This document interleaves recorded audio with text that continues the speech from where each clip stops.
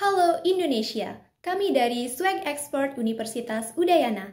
Dengan saya, Nikade Ulan Puspadewi, dan rekan saya, Nadia Kurniawijaya dan Desa Madi Ayu Putri Dwi Cahyanti. Dalam kesempatan kali ini, kami akan membahas mengenai audit investigatif kemoterapi untuk tata kelola ekonomi biru studi kasus pada pelayaran perusahaan armada daerah Pemprov ABC. Dengan wilayah yang 2/3-nya terdiri atas laut, negara Indonesia memiliki potensi besar dalam transportasi kelautan. Namun, pada kenyataannya, transportasi laut hanya sedikit berkontribusi pada produk domestik bruto. Sebenarnya, untuk meningkatkannya, dapat dilakukan apabila perusahaan menggunakan ESG sebagai panduannya.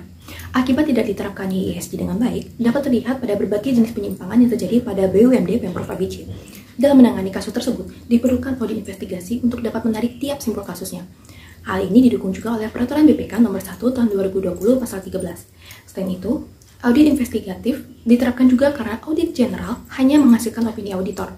Sedangkan, audit investigatif dapat mengidentifikasi sekaligus mengungkap adanya kecurangan melalui pendekatan, prosedur, dan teknik-teknik yang umumnya dilakukan dalam suatu penyelidikan. Berdasarkan hal tersebut, terdapat beberapa rumusan masalah yang harus dianalisis seperti yang terlihat pada layar. Kami menggunakan teori Fraud Pentagon sebagai dasar analisis kami, yang mana teori ini adalah pengembangan dari teori Fraud Triangle yang dicetuskan oleh Krejci. Adapun dalam Fraud Pentagon terdapat 5 elemen yaitu pressure, opportunity, rationalization, competence, dan arrogance.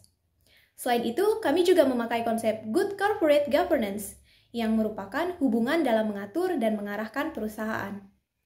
Prinsip dari CGC ini yaitu transparansi, kemandirian, akuntabilitas, dan pertanggungjawaban. Kemudian, untuk melakukan analisis yang tepat, kami berpedoman pada 7 aturan berbeda. Selanjutnya, kita akan membahas mengenai ketidakwajaran yang menimbulkan indikasi kecurangan terkait aspek ESG pada BUMD Pemprov ABC. Dalam BUMD ini terdapat 3 temuan indikasi ketidakwajaran, yaitu yang pertama, indikasi kecurangan dalam penunggakan biaya docking dok perkapalan W yang diduga melanggar UU Nomor 31 Tahun 1999 Pasal 3. Sebagai tindak pidana korupsi berupa penyalahgunaan subsidi yang mengakibatkan kerugian bagi negara. Indikasi ini diduga terjadi pada bagian keuangan yang melibatkan Direktur Utama, Direktur Keuangan, dan Staf Keuangan. Kecurangan terjadi tepatnya pada tahun sebelumnya hingga Juli XXX dengan tunggakan mencapai miliaran rupiah.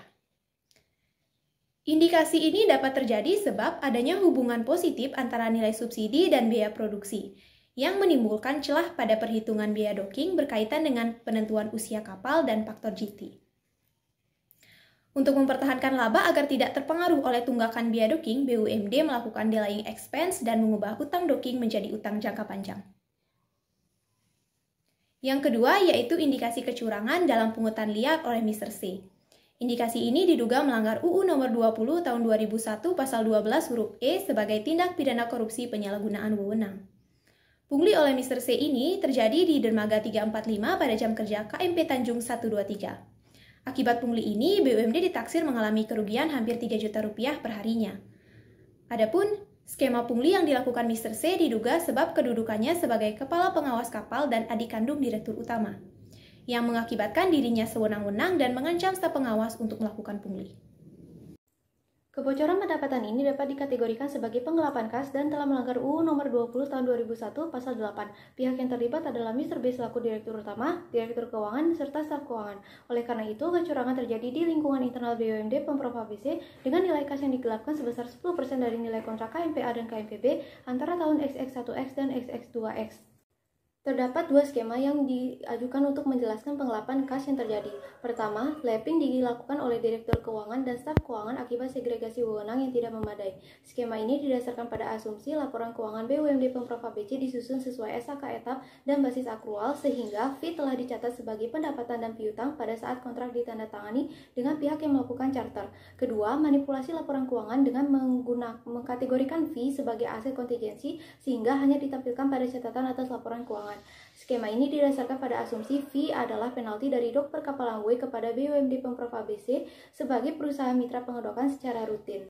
Alasan kecurangan tersebut dilakukan dapat dianalisis dengan teori fraud pentagon. Dalam penjelasan ini, indikasi kecurangan dibagi menjadi dua sesuai dengan pihak yang terlibat. Pertama, penyalahgunaan subsidi dan penggelapan kas. Arrogance berasal dari Mr. B sebagai direktur utama yang diasumsikan menjadi mastermind dalam rencana kecurangan.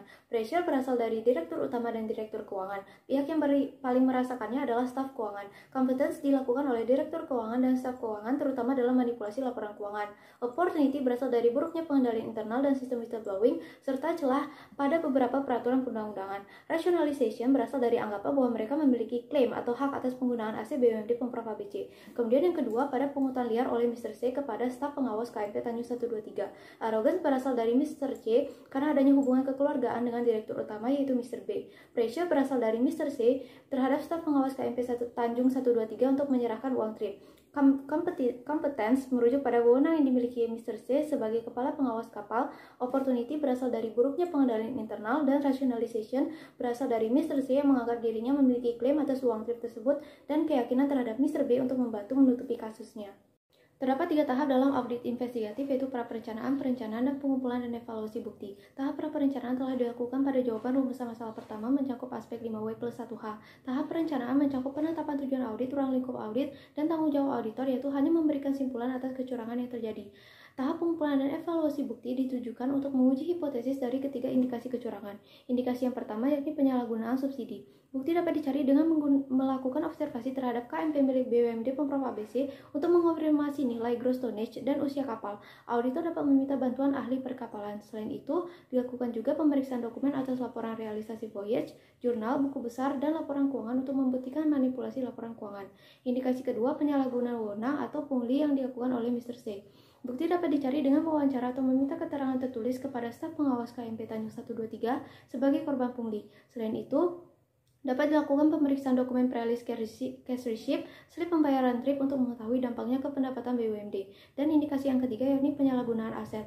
Bukti dapat dicari dengan melakukan konfirmasi eksternal positif kepada KMPA dan KMPB untuk memeriksa kecocokan nilai piutang.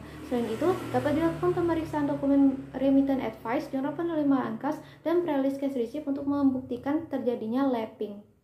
Potensi kerugian yang ditimbulkan akibat indikasi kecurangan terkait aspek ESG pada BUMD Pemprov ABC. Berdasarkan Undang-Undang Nomor 1 Tahun 2004 Pasal 1 Angka 22 tentang Perbendaharaan Negara, kerugian negara atau daerah merupakan kekurangan uang, surat berharga, dan barang yang nyata dan pasti jumlahnya sebagai akibat perbuatan melawan hukum baik sengaja maupun lalai. Kerugian yang berpotensi pada kasus ini itu terbagi menjadi dua, yaitu kerugian material dan kerugian imaterial. Terkait dengan kerugian material, itu merupakan kerugian yang dapat dihitung dengan nominal uang dan nyata telah terjadi. Dalam kasus ini, kerugian tersebut antara lain yang pertama, ada tunggakan biaya docking senilai Rp1.245.613.300 yang diidentifikasi merugikan negara dalam hal kerugian keuangan negara berkenaan dengan pengeluaran. Kemudian yang kedua, tindakan pungutan liar yang dapat berdampak pada penurunan laba hampir sebesar Rp3 juta per harinya. Kecurangan ini akan merugikan BUMD Provinsi ABC.